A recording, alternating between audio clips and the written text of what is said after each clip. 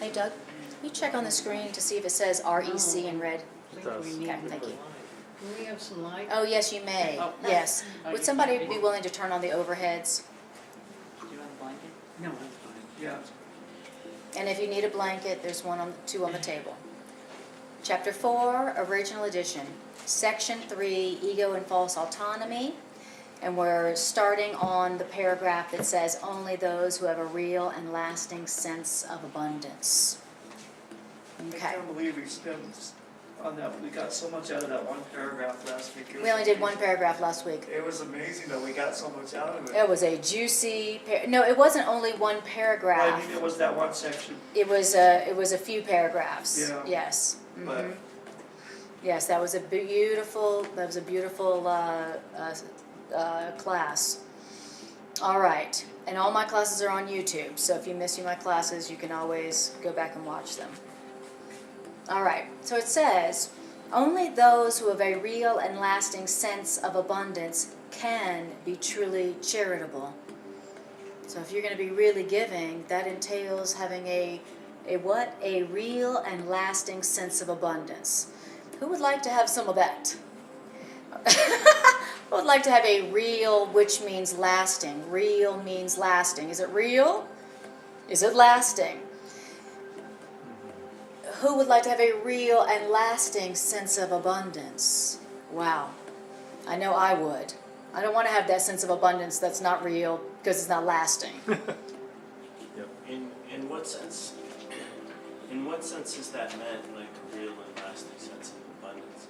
Because you always hear about somebody going to a very poor country, like, I don't know, Ethiopia or something like that, where the people don't really have much in the way of food, like poverty, great amount or something like that. Yeah.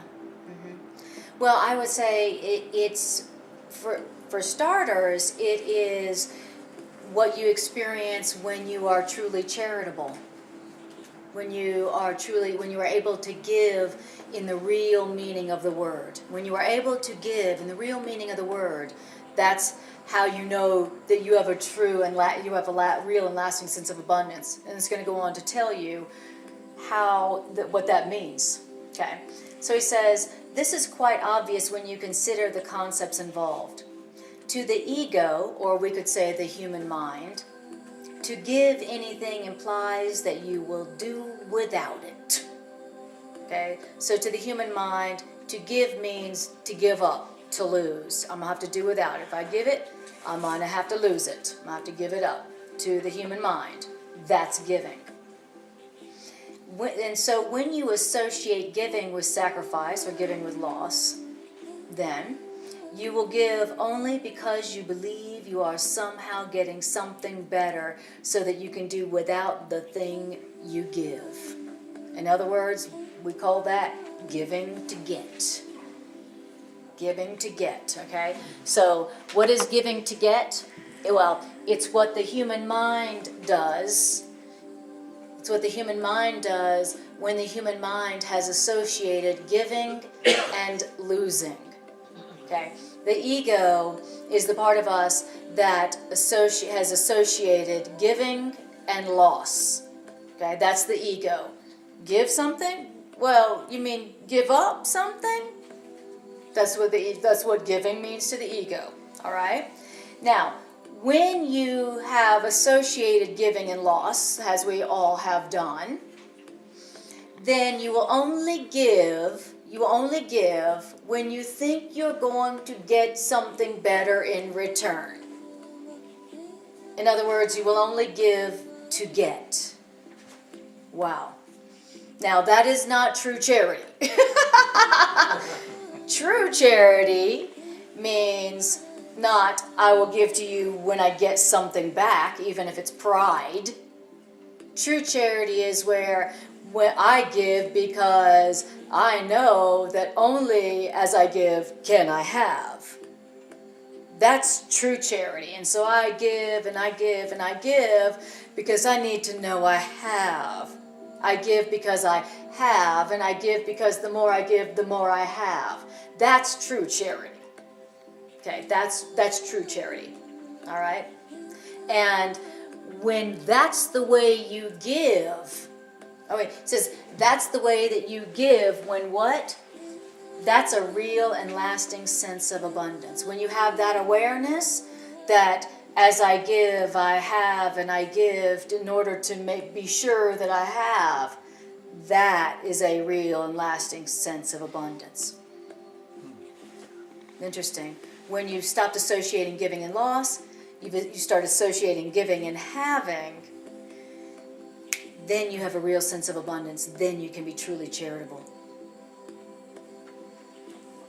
All So right. this is part of our mind training. They're redefining these terms. Yes, In physical terms, when I give something, I no longer have it. that's right. In ideas, giving multiplies. That's right. It doesn't subtract That's right. from what you have. Exactly. That's the idea that the Course uses to teach us that this is true. It says everything is an idea. Everything is an idea. This may look like a thing, but it's really an idea. Everything is an idea. Where did this computer come from? Well, it came from an idea. And we know that it's true in association with ideas. The more you give them and the more who accept them and take them as their own, the stronger that idea becomes, right? Well, if everything's an idea, then what does that mean? That means that the more you give, the more you have. The stronger that idea becomes, the more you have it. So, in that sense, giving and losing is impossible. So, it's like you were saying, the mind training is the idea of giving and loss have been wired together in our mind and in our brain. These ideas have been wired together. The Course in Miracles is unwiring these two ideas, giving and loss. Unwiring them in our consciousness, unwiring them in our neurological system, teasing them apart. Why? So that we can give, and we can give for real, not give to get, but give to know I have, and so experience a real and lasting sense of abundance. We all said we want to experience a real and lasting sense of abundance. It comes from that awareness that giving is not losing, giving is having. Giving is having the awareness that you have. It's keeping. All right. So it says, I think if we have a pie and we give some of it to somebody else and we have less for us. yes, exactly. Exactly. Until you see what the Course is saying, that everything is an idea. Now, if you saw that pie as an idea, then when you gave a slice away, you wouldn't say, darn, I have less pie. You would say, wow, I'll never be without pie, ever again. I have a real and lasting sense of abundance of pie. If you knew that pie was an idea. And so in the workbook, in the very beginning of the workbook, there's a lot of lessons that says, this is an idea, this is an idea, that represents an idea, this cup of water is an idea. It's training our minds to see everything as an idea so that we can untrain our minds out of the association of giving and losing. Wow. And we need that. Because we want to have a real and lasting sense of abundance. And we are not going to have a real, which means lasting sense of abundance, as long as we are giving to get. Wow. How do you know for sure if you had been giving to get? Just in case you're a little confused.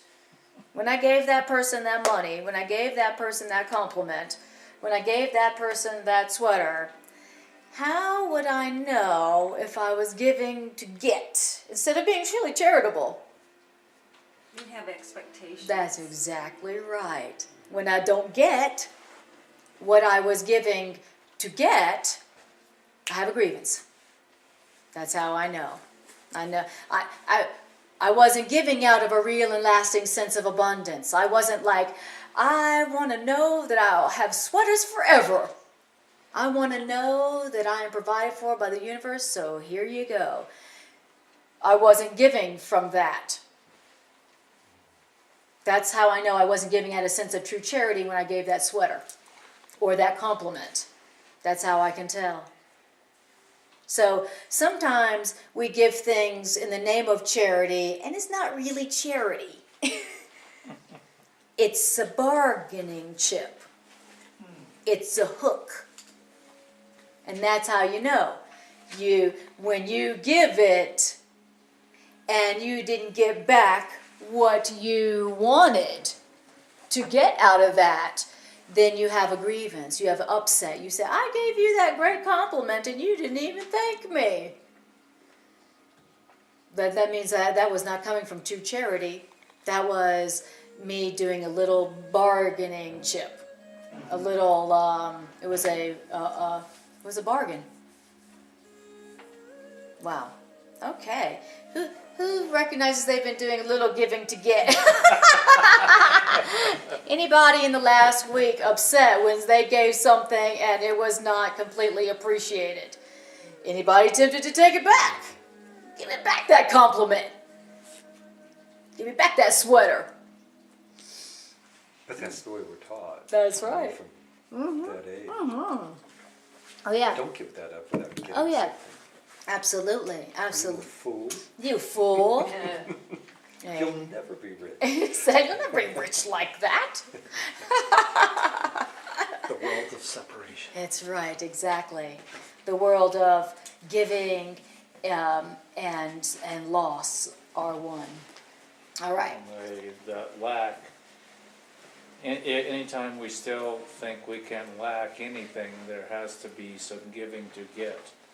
That's exactly. The Thank you. only- Thank you. Only that lasting sense of abundance means I can't ever lack for anything. Thank you. That's exactly what that That is means. the opposite idea of lack. That's And- exactly right. And at which point giving or sharing is meaningless too. That's Because right. you can't ever run out of anything. That's exactly right. You Thank can you. never need anything. There always has to be like a sacrifice to gain something. That's right. That's exactly right. If when you give something, that means you lose it, then in order to have, that means somebody's got to lose. And that's the way we believe. That's why some of us have a little trouble in receiving. I'm sure nobody here. But some of us have a little trouble receiving because we believe that it means to, when someone gives to us, that they have to do without. And Or I have to give something back. or we Depends have how to you give look at something back. Exactly. No wonder we're afraid of love. No wonder we're afraid of relationships. No wonder why we have some trouble in receiving. Receiving love, receiving support, receiving money, receiving whatever it is we think we need. Yeah. What do you want from me? Yeah, give me. exactly. What do you Exactly.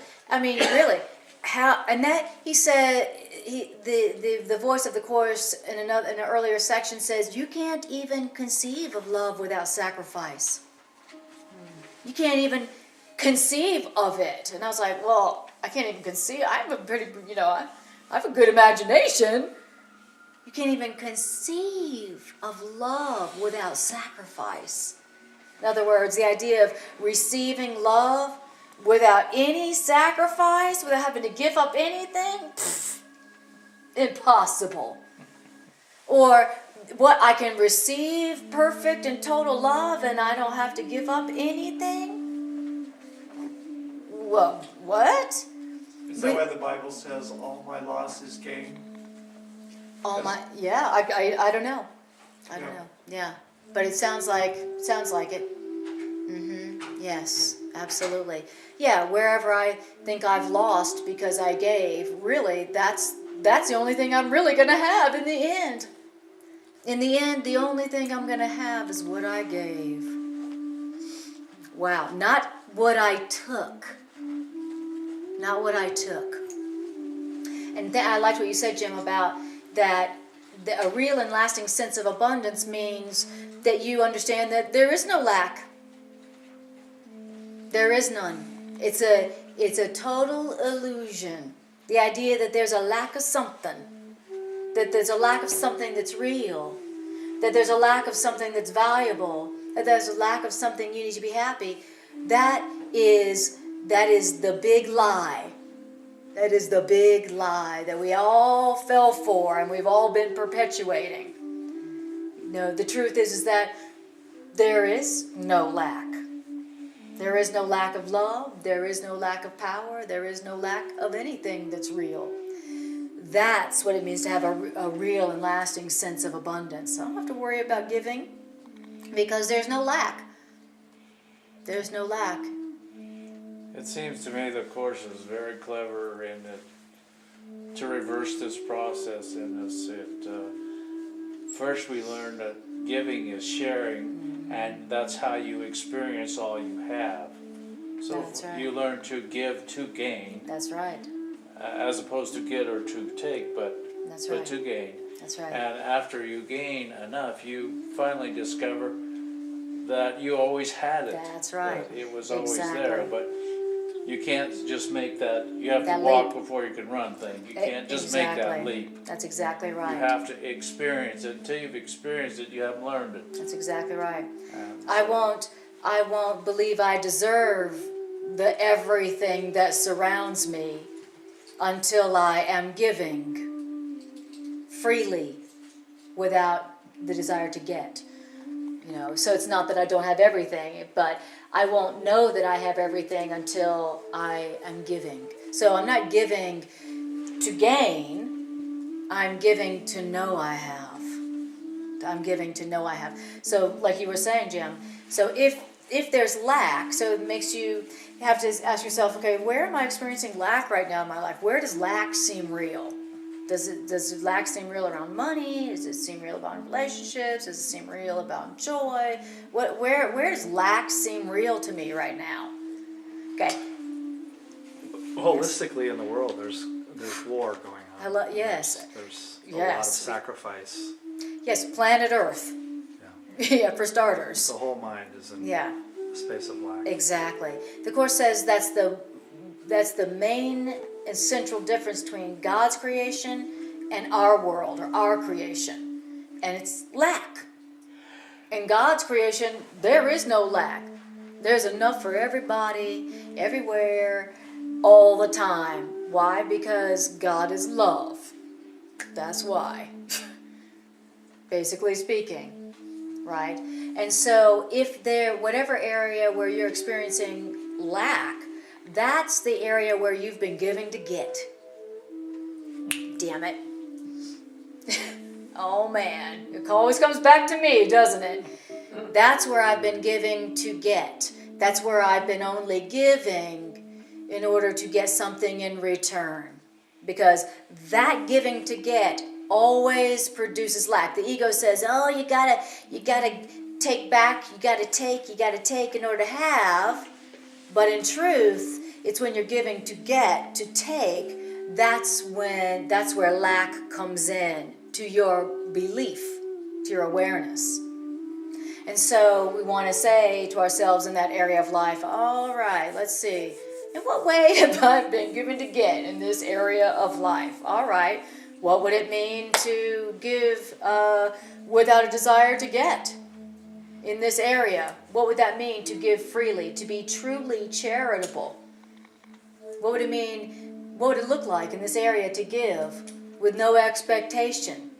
Knowing that I'm not giving to get, I'm just giving because I need to know that I have in this area. And so we apply this truth in that way to whatever area that lack seems real. Isn't that interesting? Boy, that's some radical responsibility, isn't it? Where is it lack seems real? Okay, that's where I have not been very truly charitable. I've been given to get. Been working a bargain. In the name of love. In the name of being charitable. All right. So then it says, giving to get is an inescapable law of the ego. Why is that? That's because the ego always evaluates itself in relation to other egos, which means the ego is therefore continually preoccupied with the scarcity principle, which gave rise to the ego. Okay, so the ego is always doing what?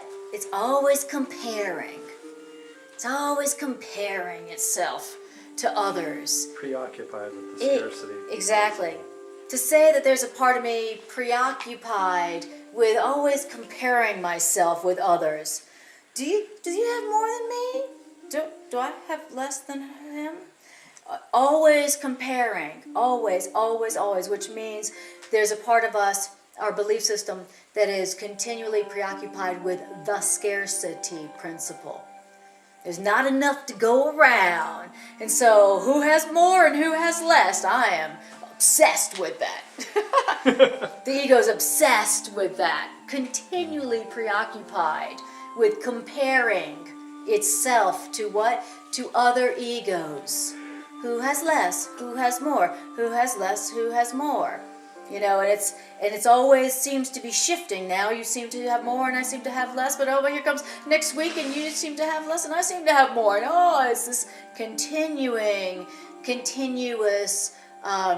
comparing, balancing act with the ego. The ego is preoccupied with the scarcity principle. Wow. Why? Because that's where it came from. And in some respects, we set it up that way. That's what right. we created, to have that experience. That's exactly right. And that's what our world as we know it now was made to represent. That's what it shows. Our world as we see it is a world that is governed by the scarcity principle. Wouldn't you say? That's what it's all about here. There's not enough. There ain't enough. There's not enough. So you gotta take, and you gotta keep. Right? And then you've got to compare and you've got to compete because of the scarcity principle. Okay? Now, of course the ego is obsessed with scarcity and lack and comparison with other egos because the ego came from the scarcity principle. Okay? So what happens is when the souls of God separated from the mind of God, when we detoured into fear, the separation, the fall, remember that story? When we were one with God and then some tiny, crazy, mad idea crept into our mind at which we forgot to laugh. That is how that happened according to A Course in Miracles. That's how it happened. You know, that fall from grace. It happens in relationship all the time. All the time.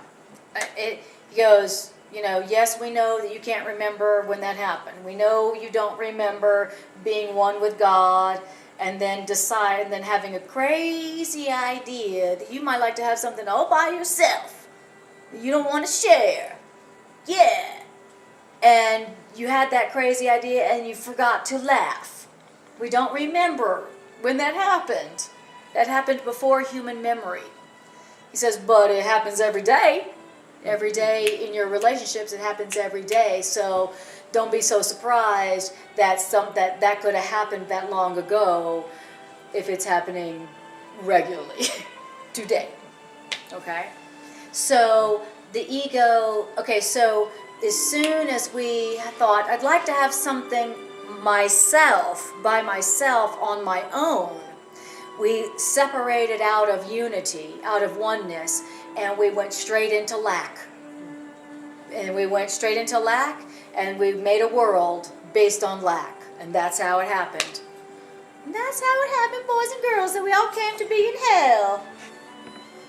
That's how it happened. That's how lack, this is the world of lack that comes when we decide to separate out of unity, which is where we have everything all equally all the time. Boring. I would like to have some separation. I would like to have something just for me. I don't want no love that is given to everybody equally and like forever. Then you can't lose. You just have it forever just because of who you are and everybody has it equally. Boring, says my insane, crazy mind. And then, pop, there you are in a body. Wish granted. Now you have something just for you. A body. Oh. Now you can have your own little life. And you can have your own little space and time, and you can have your own little world, and you can have your own little thoughts, and maybe you can have a few of your own special little relationships that are yours. Mine. Yeah. This relationship, mine. Right? Wish granted. And how's that working out for you? There are times at night when I close the book and I go, why did I do that? Mm-hmm. I could kick myself. Yeah. Why did I go Yeah, this why? way? Why? You know, Exactly. why did I go- He says that's the best question you could ask. He says, no sense in giving an answer in historical terms, because if the past wasn't being repeated, it wouldn't still be happening now. He says, so instead of asking yourself why you did it back then, ask yourself, why did you do it today? That's a good point. Why did you choose it today? Why did you choose fear instead of love today? Why did you choose the idea of comparing yourself to another instead of celebrating oneness today? And that's the same reason why we did it before our human memory came in. And he was saying that in just a few paragraphs back, actually. Yeah. Well, that lack and comparison and all those things you're talking about, it gets obvious you have to think you're separated before you can believe in any of that. That's exactly right. And That's exactly so right. you go, to me it's boy, look at what this is costing. Yeah. Mm-hmm. Yeah. Because That's I right. chose to be separated, Mm-hmm. I got lack, fear. That's right. The things we will do to be different. Let me tell you, the things we will do to be special. Wow. Just to be different. But that might motivate us to try to join back in the Exactly. union here, you know? It maybe might motivate us to practice the fact of oneness. You know, it's an idea that seems so metaphysical and so unpractical and so philosophical, oneness. But the truth is that it's the most practical idea there is. It's the one answer to the one problem we have, and we need to practice it. We actually need to practice oneness. We need to practice the fact of reality.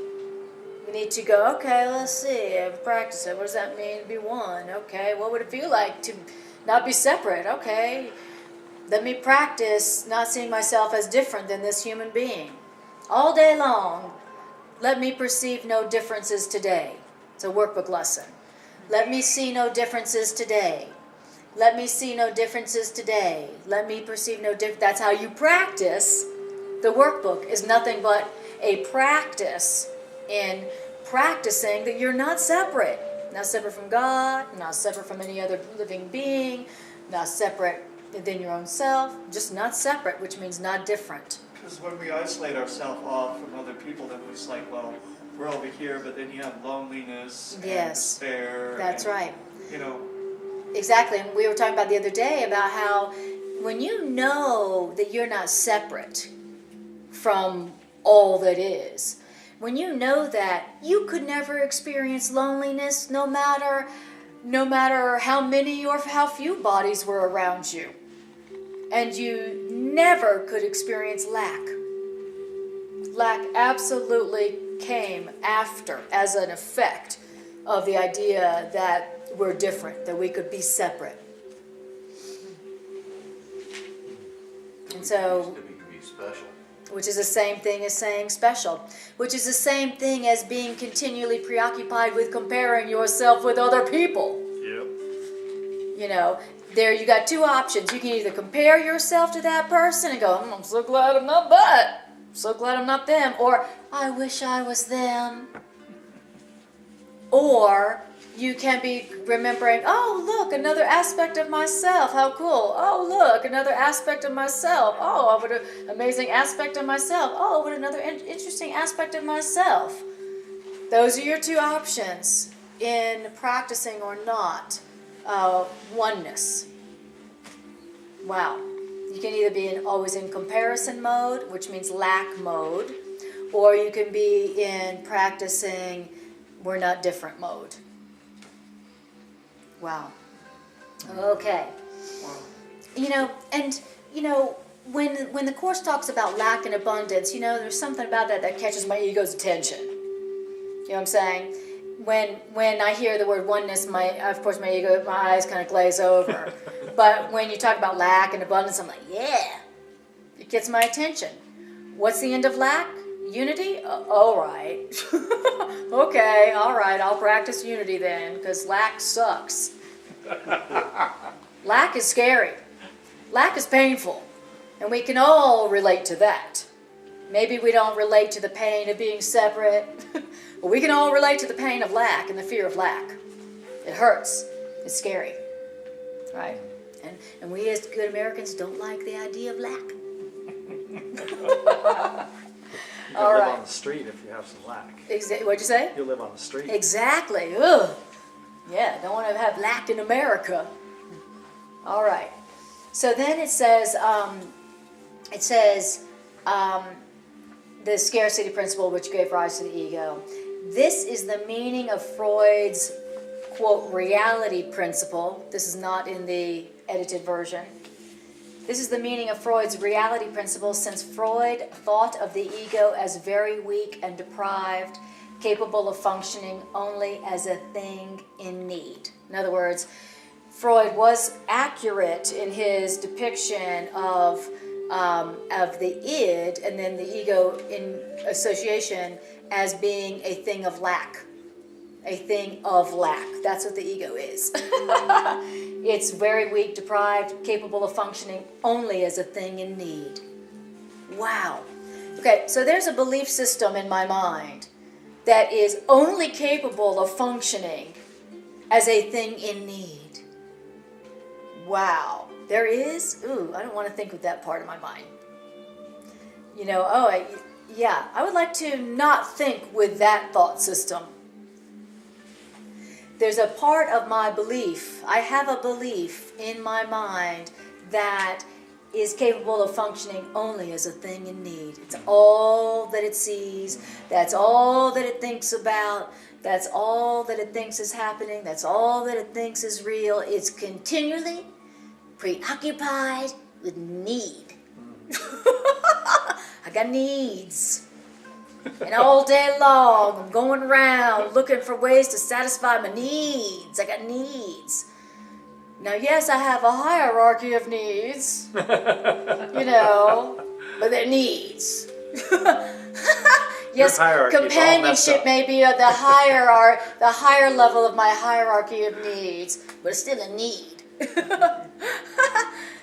So all day long, I'm going from I'm doing that hierarchy of needs. I'm so food, sex, and then working my way up, okay, I've had my breakfast. Now my needs go up to belonging and identity, and then by dinner time, my needs have dropped back down. And then by bedtime, they've gone up, who knows where they've gone then. It's like, but I don't want my life or my body run by that belief. I do not want my life run or being determined or dictated simply by my need. What is a need? Something I don't have right now. That's what my needs are. Something I don't have right now. Because if I have it right now, I'll have a need. Yep. Wow. I don't want my life to be dictated by what needs. Get my needs met all day long. I need this, I need that. Have you ever noticed how high maintenance the body is? Have you ever noticed how many needs the body has? Have you ever noticed how many needs your relationships have? Have you ever noticed how many needs your car has? Your house, your lawn? I mean, it's just like, it's a world of needs. Lack. Which is a world of lack. I don't want to have a life where I'm just continually preoccupied with my needs and get my needs met, aka lack. I don't want that. I would like to experience a life where I am experiencing a real and lasting sense of abundance, which goes like this. As soon as I think I need something, it's there. As soon as there's something that needs to be done, it happens. As soon as a bill needs to be paid, it's paid. As soon as I need some companionship, there it is. I'm not living a life where I'm preoccupied with my needs and getting them met. When something comes up that needs to be done or happen, there it is. That's a real and lasting sense of abundance. I'm not preoccupied with needs or getting my needs. I am experiencing an abundant universe. I'm going about my day thinking, how can I give next? How can I give to them next? Oh, I love giving to them. I love giving in that way. Ooh, what's another way I can give? Because it feels so good. That's how I would like to experience the world, being in the world. I mean, really, think about it. How would you experience your world if you were a philanthropist with absolutely no shortage of cash? How do you think you'd experience your Throw a days? house party. What'd you say? Throw a house party. I mean, you'd be like, woo, you would be experiencing the world as just the glorious, glorious adventure Giving. and giving. Yeah. Your life would be full of the ecstasy of giving. Wow. And you think to yourself, wow, man, this is so good. I'd be giving it even if I didn't have this. Feels so good. But that's how we break the cycle of being continually preoccupied with need and lack. All right. It says the quote, reality principle of the ego is not real at all. What's the reality principle of the ego? The only thing there is need. That's the reality. Isn't that funny? That Freud called it the reality principle of the ego. When, the reality of the ego, yes, is only lack. It's only need. But that ain't real at all. The reality principle of the ego is not real at all. The ego is forced to perceive the reality, the so-called reality of other egos, because the ego cannot establish the reality of itself. That's heavy. Okay?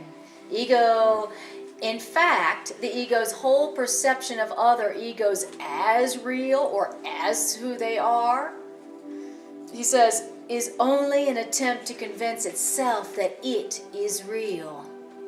So the ego, what is the ego doing? All the ego's ever doing is attempting to see other people's egos as real. Ooh, look at their ego. Ooh, look at their ego. Ooh, look at their ego. Ooh, love to see egos. So you have to continue to see everything as separate. Exactly. A preoccupation with other people's egos.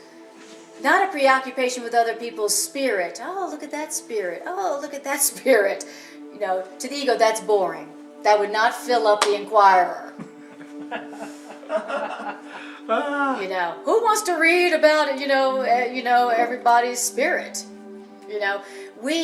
Our ego is continually preoccupied with seeing everybody else's egos as real. Ooh, look at their ego, that's who they are. Ooh, look at their ego, that's who they are. Ooh, look at their ego, that's who they are. Ooh, look at their ego, I'm glad I'm not that ego. Look at that ego, I wish I was that ego. It's like The Bachelor or The Bachelor. That's exactly right. Where you're picking an ego. And the reason that my ego is obsessed with seeing other people's egos, that's why the National Enquirer is and all those magazines, they have no shortage of money, those magazines. Why is that?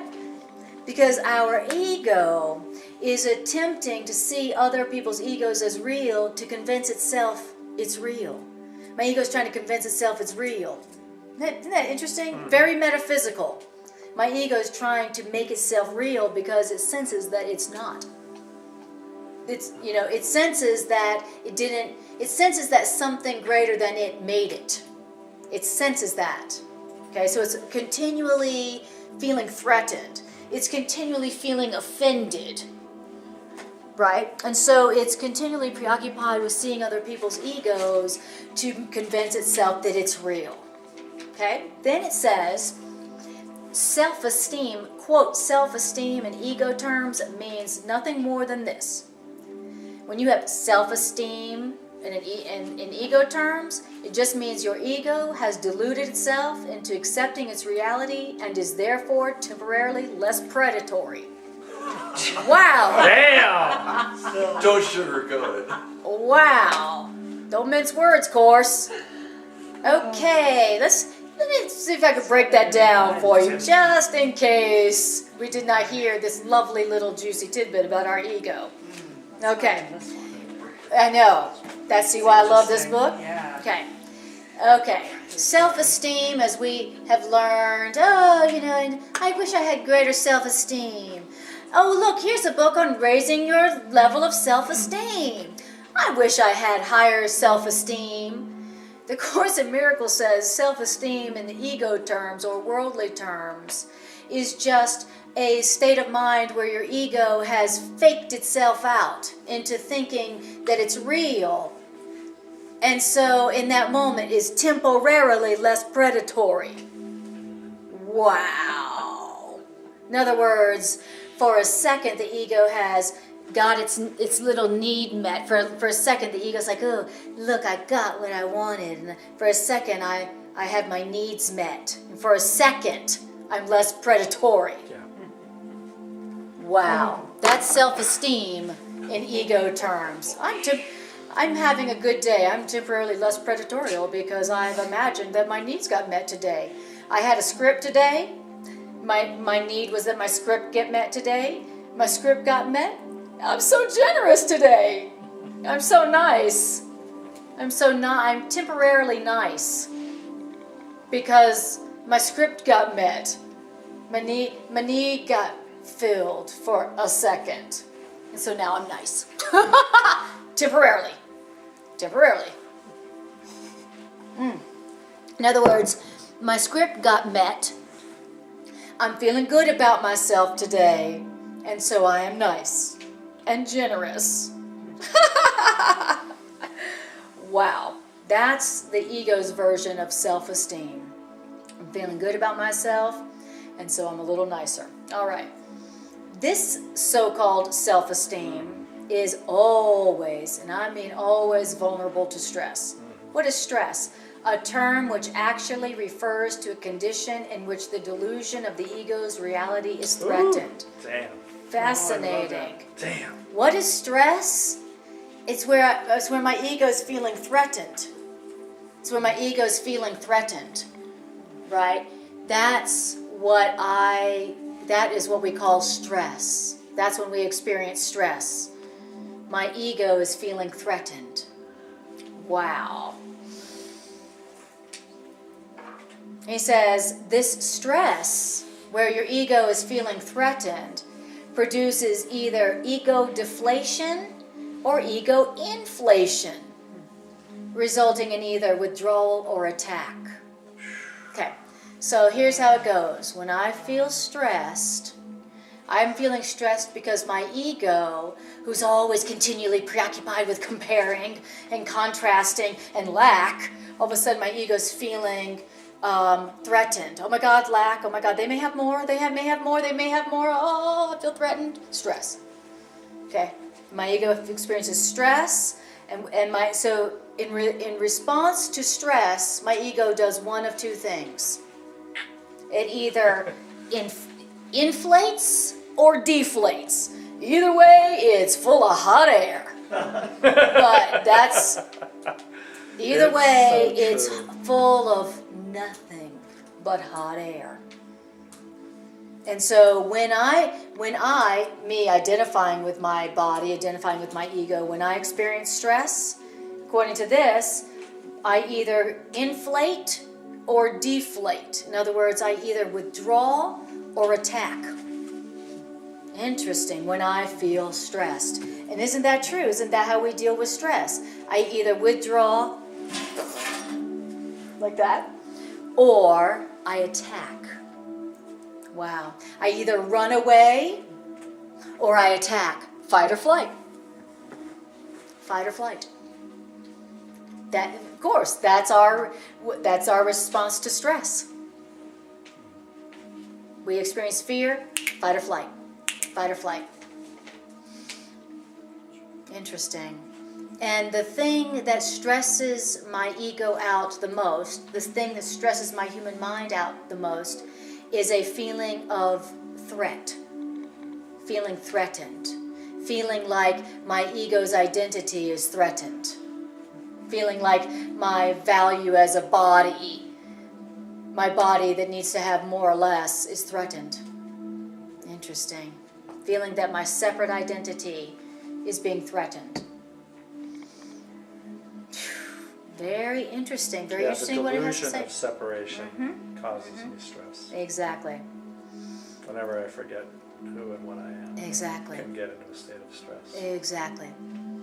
Whenever I feel like who I am is under threat. Wow. Whenever I feel like I can lose or something be taken from me. Threatened. I can lose.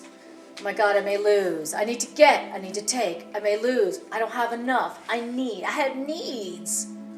Threat produces stress. Interesting. Very interesting what it has to say about that.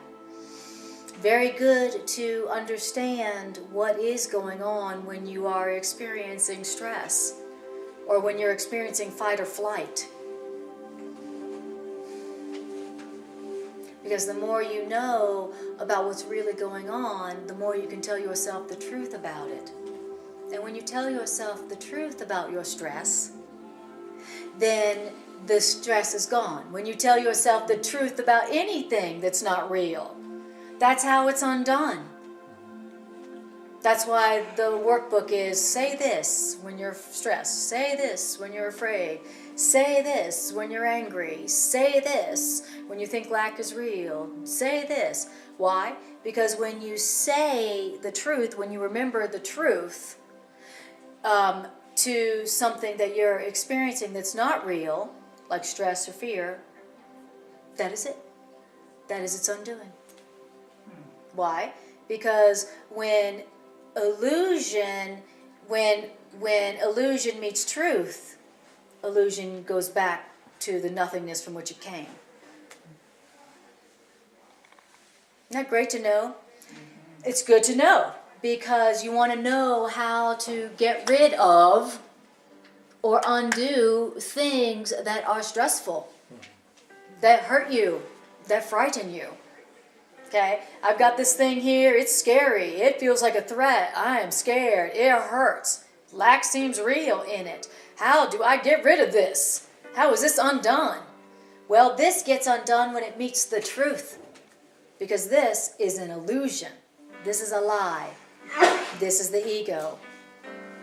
And so it will never get undone by attacking it or by withdrawing from it, running from it, hiding from it, suppressing it, repressing it, denying it, or attacking it. It will only be undone when truth is brought to it and truth is put on it. That's how it ends. Truth undoes illusions. All right. Any questions or comments on this? What is useful to you about these ideas tonight?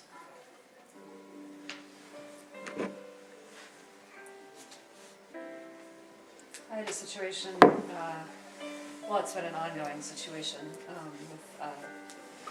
someone who's very close and dear with me, where I found myself, and I have the context for it now, I found myself in the flight or fight response because of the conversation we were having, and it's really great because now I understand what was going on, and the next time that the situation comes up, I can shed light on it this way and break the illusion of that there is a lack or that there needs to be stress there or whatever. Right. And I'm also going to be able to communicate this to the other person so that then we both will have that understanding. And it's just awesome. I was just taking it in as you were speaking. I'm like, oh, I have a tool.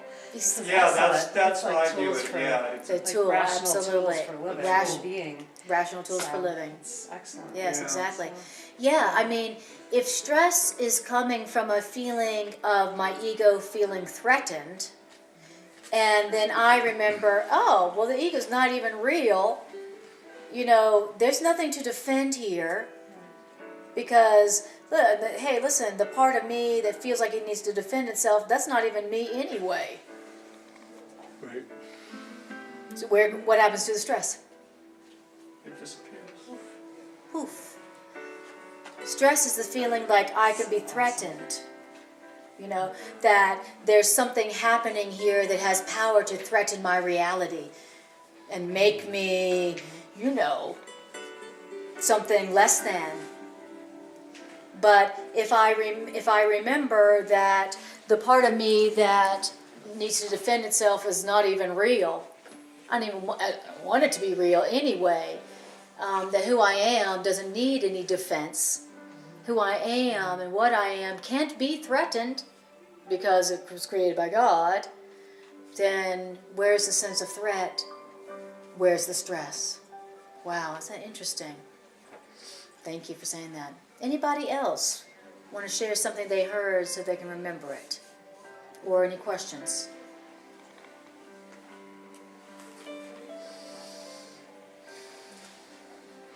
I'm going to be more conscious of how I give to get, Yeah, beautiful. even though I believe I have a very abundant nature. I want to take an inquiry of, am I giving to get? Nice. So I hear you saying you I'm want not to going to give it a do, lot of meaning. I'm just going to yeah, take a look. that you want to do an inventory of where you're giving to get. Yeah.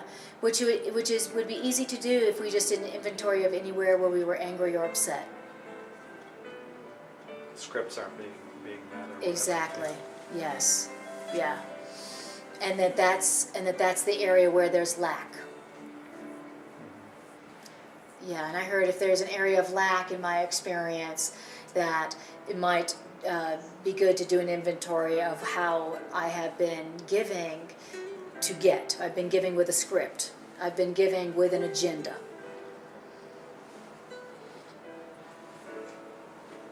That's pretty much everywhere. It would be probably more interesting to do an inventory of where you were not giving to get, where you were giving without an agenda, where you were giving without a script. That might be the more interesting inventory. Certainly. Well, it's a lot shorter list. I was just about to say, that would be easier because it should be a lot shorter. Yeah, but that would be the area of life where I'm not feeling a sense of threat. No threat there. Because why? Because I'm good. I know if I have a need, it's met. I know I have. I know if I need it, I have it. I know if I ask for it, it's there. You know, in what area of life do you have that belief? You know, when I need something and when I ask for it, I've got it. That's where you're able to be truly abundant and charitable in your life. And that's the area of life where you will feel the least amount of threat and the least amount of stress. And so I just want that to be my total awareness in life, that when I ask, I receive. That's just the fact of reality. When I ask, I receive, because I've already been given everything. Because having and being are one. That's the idea, that's the truth I want to practice and practice and practice and practice and practice, so that I can decrease that belief in lack. And so I can decrease that fear that my needs won't be met. And I can decrease the number of needs that I have. And I can decrease the amount of stress of feeling that my needs might not get met. And what if my needs don't get met? That's my threat. So that's why I want a real and lasting sense of abundance. which will only come from knowing the truth. That if you want it, you got it. If you ask for it, you'll receive it. Because you have been given everything.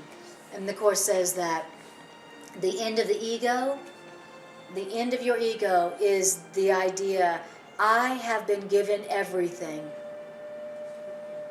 I like practicing that one. I like meditating upon that one.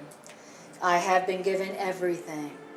And every time, like, if I'm experiencing a need getting met or experiencing some kind of abundance, I like to say, truly, truly, I have been given everything. That is the end of the belief in lack. I like the one where it says God's gifts are mine because He gave them to me. Yes, yes. Yeah, it's a whole book in practicing that there is no lack. Beautiful. All right, so we're going to stop here for tonight. What is that, 2 paragraphs? Next week, stay tuned next week, where it talks about all appetites are getting mechanisms. Yeah. There's your little teaser for next week. All appetites? He goes, yes. And this is as true of bodily appetites as it is of the so-called higher needs. Wow.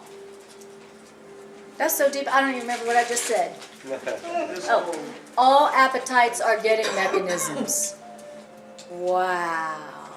Okay. I'm sure you guys will just be rushing to get back here next week for that. That's right. Damn. Who wants to hear? I don't want to hear that about my appetites. I like being run by my appetites. Not. I'm going to McDonald's right now. Yeah, it makes me hungry just hearing that sentence. Makes me want to have a cheeseburger just hearing about that.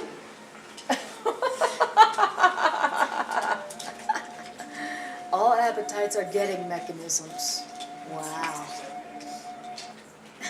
Whose getting mechanisms are alive and hungry right now? Okay, great.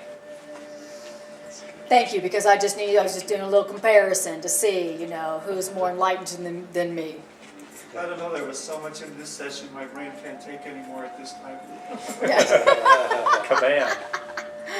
All right, you guys. So now, On your idea of, abundance, whereas you feel a need, wham, it's immediately filled. And then also you spoke of truth just makes illusion go away. yes, I've wondered, and it could be one and the same thing, if abundance is, as soon as there's a need, it's met, or as soon as there's a need, truth shows you that, no, you don't need that's it. exactly right. Yes. And Yes. it goes away that way. Either way, it's satisfied. That's exactly right. But I don't know which way it works, or work both or neither. My feeling or guess in this moment is, of course, talks about the real world, which is between what we experience of the world now and heaven. And there's an in between where we're still here, we still have a body, still separation still appears real, we still seem to be physical, but we are aware of the truth. So in the borderland or the real world, when there's a need, it's met like that. It's a need, it's met. There's a need, we ask God for it, it's met. Right? And when God answers your needs, it doesn't answer them temporarily. That's the thing to know about when God meets a need. Okay. So first we go to ego to make our needs, to get our needs filled with our appetites. Then we hear this, we go, go to truth for needs, go to truth for God. And then those needs get met, but they get met at a deeper level. Where the source of the belief in need and lack is undone. And that's what we're going for. Yeah. That's what you get. That's where we're heading, ladies and gentlemen. All right. Wow. Thank you. Thank you. You're welcome. You know, in a physical sense, to me, in this reality, it's like whenever you're talking about this, I think of the sun. Yes. It's just a concept. Yes. I mean, even on a cloudy day, you know, you're Yes. in work, That's you're out right. of work, you come out and you look up and you go, oh, you're still there. Yes, And you're there every day. that's right. And you're there all the time. I mean, the That's- sun will go away. yes. But it's, that's the closest That's a thing beautiful to- metaphor. Yeah, It's a perfect metaphor for the universe of no lack. That's what the universe is. It's a universe of no lack. And here we are in a universe of no lack, thinking lack is real and always feeling a sense of threat because of lack, the appearance of lack. We're like fish in the ocean dying of thirst. Like, I'm so thirsty.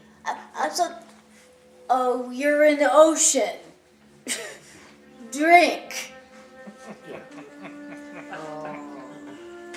You know, well, how can you be dying of thirst in the ocean? You know, same thing for us. How can you be feeling always threatened by lack and need in a universe of no lack?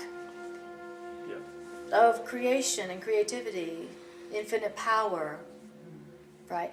Well, that's, you know, that's as crazy as you would say the fish was, who was dying of thirst in the ocean. That's us in a universe of no lack.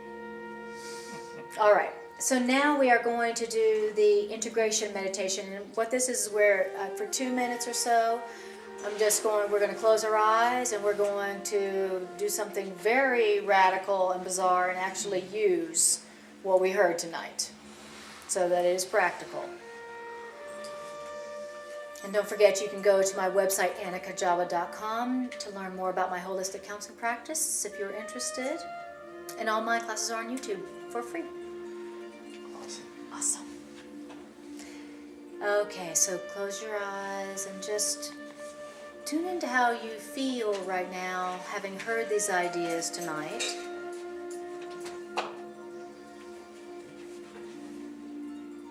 How does it feel? And how does it feel to have heard these ideas tonight with others listening?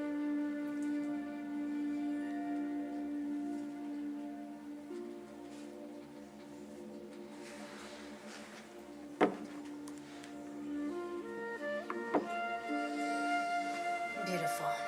And I want you to bring to your awareness an area of your life right now where lack has seemed to be real. In other words, a situation where you felt afraid or where you felt threatened. Like maybe your needs wouldn't or couldn't get met. I want you to bring a situation or a relationship or an event to your awareness where lack seemed real.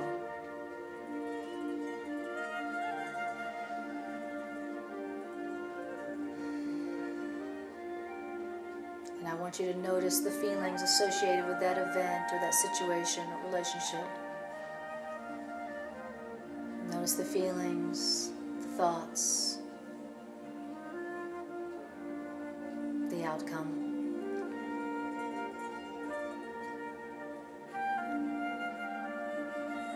Beautiful. And now I want you to look into that situation or event as if it was somehow transparent and you could see right all the way through it. And I want you to ask yourself, in what way was I giving to get in this situation or relationship? In what way was I giving of my time, my energy, my love, my body, my money? And I felt like I didn't get back what I gave.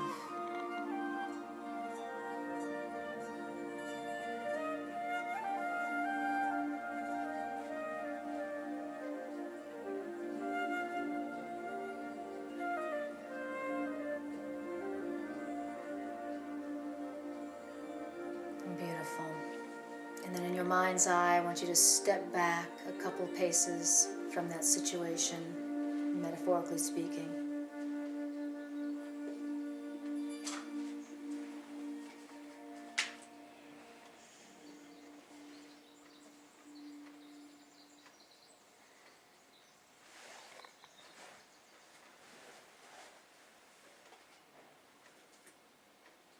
And I want you to see if you can identify what was the thing that you wanted to get from that situation. What was the experience or the thing you wanted to get? What was it you wanted to happen from that situation, event, or relationship?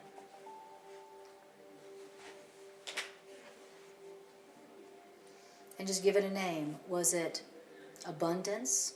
Was it safety? Was it love? Was it security? Was it a feeling of belonging, being desired, a feeling of being valued? What was it that you wanted to get out of that situation?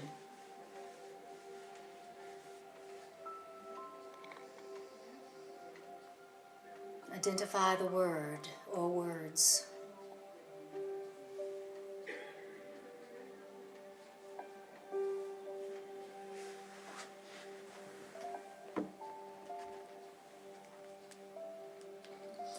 And then after you've identified the word or words that describes that which you were wanting to get out of that situation or event,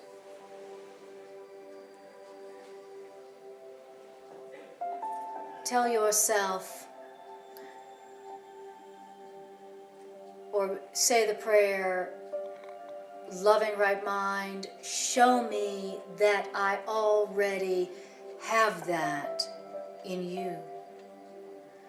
Love, show me that I already am that in you now. So if you were wanting to get out love or safety or security or abundance out of that situation, say to your higher mind, love, show me that I am that and that I have that now.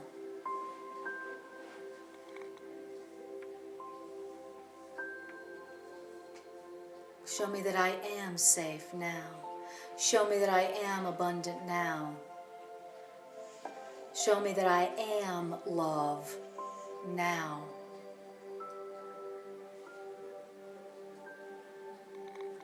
Show me that what I was wanting, I am already.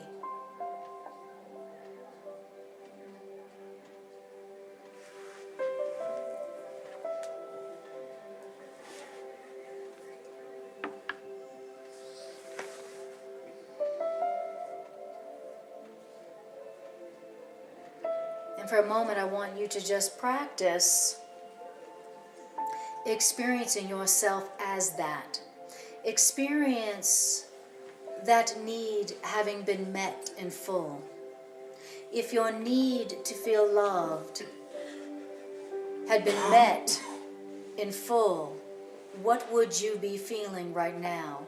If your need for safety, security, or belonging, or value, or worth had been met, what would you be feeling right now? Let yourself feel that now.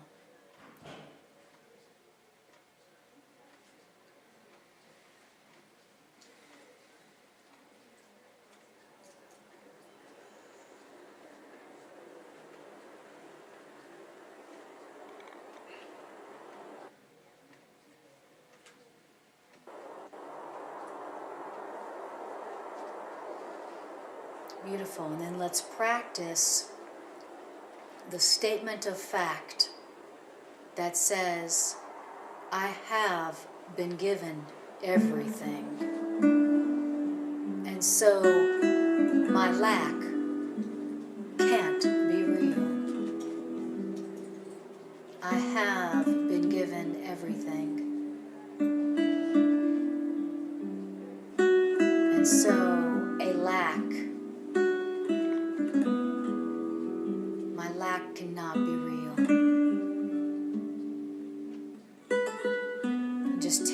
that statement of fact, take that truth in deeply, deeply into your soul. I have been given everything. I have been given everything. Thank you, God. Thank you, Creative Source. Truly, I have been given everything.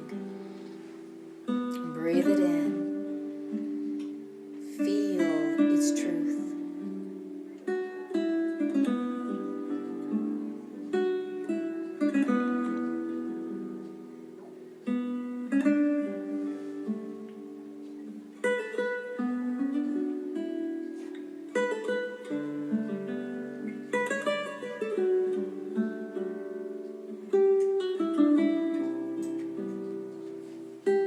Whatever that need was that you identified, whatever it was you were needing to get out of that situation or event,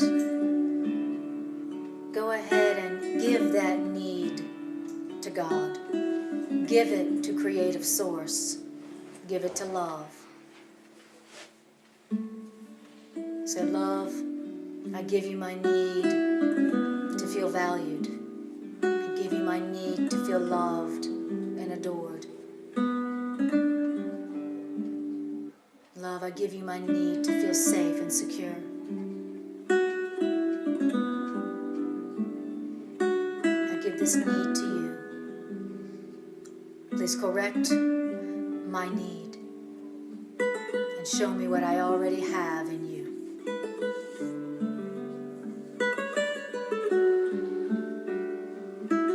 And breathe. Don't forget to breathe. Breathe it in. We are practicing the truth. We are practicing bringing the truth to our illusions of lack and our illusions of threat. And we're practicing together.